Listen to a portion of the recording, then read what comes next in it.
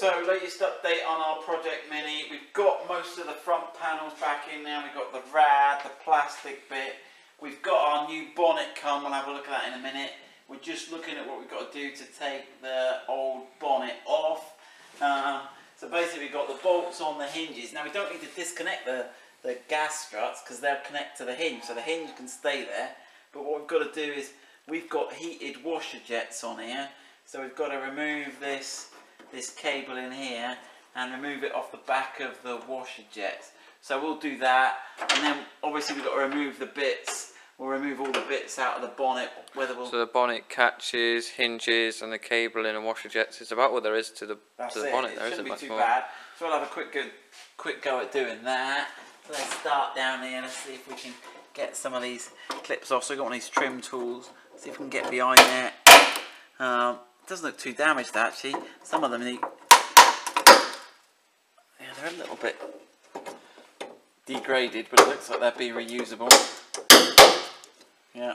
If you find they do break, you can just cable tie these. Yeah, you've got the hole there. Up. Oh yeah, that's the, yeah, that's just the clip. I don't, I want to concentrate. And keep going. And we'll show you how to take the washer jets out. We just worked that out, didn't we?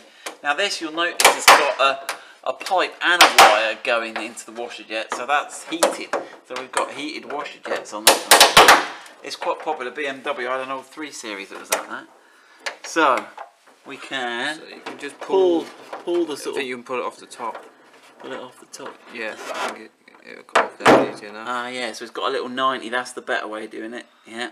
And then we've got a connector here. Now does that look like one of those little bits you've got to press in there? It looks like it, doesn't it? Try giving it a wiggle in the angle. I'm not gonna just. I'm gonna. You got to pull that bit out, haven't you? Yeah.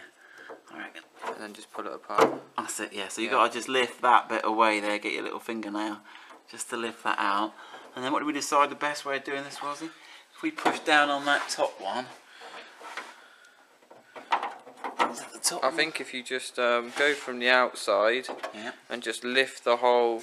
Just slide the whole thing towards the front. Yeah, the bonnet, and then the bottom edge lifts away. There. So that's your heated washer jet, because they get blocked and what have you. So that's a useful little how to do that. So we got to do that both sides. So we'll finish that in a minute. Finish that. These little bonnet catches have got a little plastic rivet or scrivet, as Ian's telling me they should be called, goes through. That just stops it from spinning, but other than that, it just threads in. So that's that off. So we can get the other one of them off. You can throw them. That's where the little screw goes at the side. So yeah, we'll get this off, and then just take those bolts out, and then this trim on the back edge. We're gonna have to do something with as well, aren't we? So it's going to take 2 of us. So we'll get that off, and then once it's all off, we'll have a look at that trim. So there we go. It actually looks a lot better just for taking the damaged bonnet off. One thing we spotted here is you have to remove the bottom bolt completely, but because the top bolt's on a slot, you just loosen that, and it makes it easier for putting the bonnet on and off. So the only thing we've got left to get off now is this trim, and it looks like if you just, it literally just sits over an edge. So it's literally just. Okay, it's just like a rubber. It's just like a rubber U-channel sort of. With a bit of chrome stuck to it.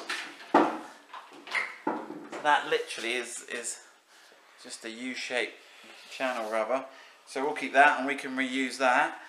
And let's just we'll grab out the new bonnet. We've got it all packed up here. Come and have a look. So we've got that delivered. So we'll unwrap this and have a look and get that bolted on and see how it all sort of lines up. So there we go, that's all the new bonnet on. Obviously when we paint it we're going to have to take all these things, but it's nice to get it all assembled before we get it up to the paint shop. It's starting to look like a proper car now.